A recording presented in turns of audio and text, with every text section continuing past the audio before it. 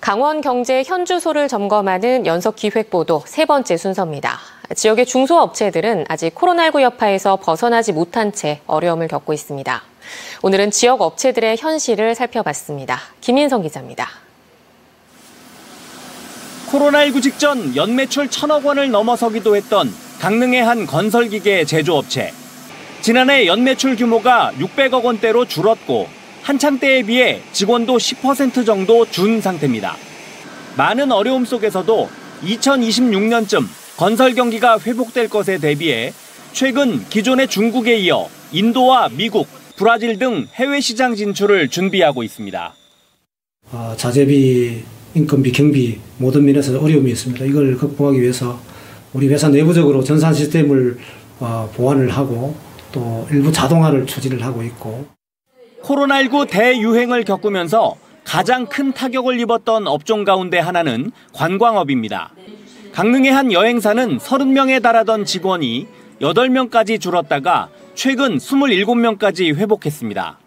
코로나19 당시 정부가 저리로 지원했던 정책 자금들의 상환 시기가 다가왔지만 아직 매출이 완전히 회복되지 않아 업계의 어려움이 큽니다. 매달 원금하고 이자는 갚아야 되는데 실질적으로 여행으로 발생되는 매출은 없고, 그러면은 다른 투잡 혹은 쓰리잡을 해야 되는 상황이고, 지금 하고 있는 여행업은 또 포기를 해야 되는 상황이 되다 보니까 지역 유통업체들은 대출 이자가 크게 오른 데다 전기세 같은 공과금마저 최근 2년간 크게 올라 부담이 커졌습니다. 2년 전 4월 800만 원대였던 전기요금은 올해 4월엔 1,300만 원대까지 올랐고 지난해 여름엔 2,292만 원을 내기도 했습니다. 이런 상황에 과일, 육류, 식음료 등 매입 금액은 크게 올랐지만 소비자의 주머니 사정을 고려해 판매가는 많이 올리지 못하다 보니 마진율이 낮아졌습니다. 원가가 올라가니까 고객들한테 그걸 또 부담시키기가 어려우니 또 마진율도 떨어지는 거예요. 여러 가지 이중 삼중고를 지금 겪고 있습니다. 완전 위기에 처해 있는 상황입니다.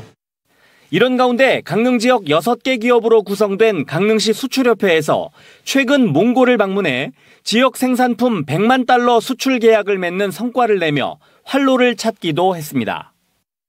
고물가, 고환율, 고금리의 상고 현상이 장기화되면서 지역 경제 활력이 떨어지고 있고 또 코로나 이전으로 회복하기까지는 시간이 좀 더 필요할 것으로 생각이 됩니다만은 최근 미국 금리 인하 이야기가 나오는 등 시간이 지나면서 경제가 더 나아지지 않겠냐는 기대를 하고 있습니다. 강원도 지역 경제가 코로나19 이후 가장 어려운 구간에서 생존을 위한 힘겨운 싸움을 벌이고 있습니다. MBC 뉴스 김인성입니다.